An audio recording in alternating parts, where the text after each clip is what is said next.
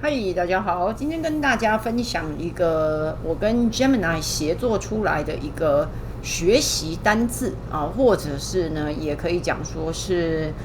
从概念发想的一个小工具啊。那界面非常简单，因为呢，其实您就只需要这个地方，然后把任何一个单字打进去啊。好比说，我们现在就来打这个 banana。好的，那你就按 Enter， 其实就可以了啊。好，然后 AI 呢就会自动帮你生出来跟这个 banana 有关的字啊。好，然后呢，您就可以再接着打，好比说比如说我们接下来再来打另外一个水果好了啊，比如说 cherry。好的，那 AI 呢，它会想办法，因为我的设定就是 AI 它会想办法呢，把这两个字这个中间再加一个什么东西，把它连接在一起啊。所以呢，这一个概念图呢，会是一直都是一整个大的概念图，也就是说，它都会有一个地方连在一起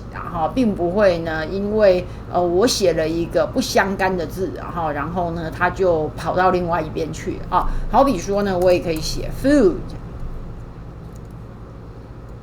好，然后他就会想办法，把它们连接在一起，看到没好，你看他就说 food 的话呢，也可以算是有连接到 fruit， 对不对然后呢，就有这些字相关的字好，然后呢，你可以往上滑，就可以把图放大。往下缩小好，也可以呢，这样子，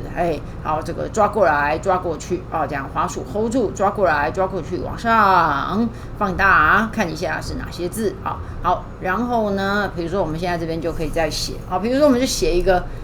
比较不相干的字好了比如说 sport。好像也是有相干好，那他一样就会想办法把 sport 跟你看他就找到了 nutrition， 对不对然后就把 sport 跟它连接在一起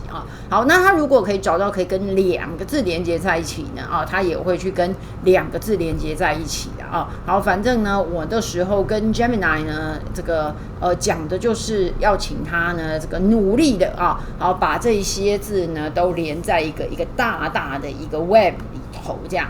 好，那如果要重做呢，就直接点 reset，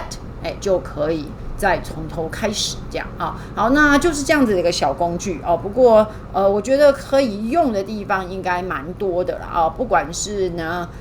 这个写句子啦写作文好，或者是呢从一个单字，然后生出跟它相关的单字来，然后呢，也许可以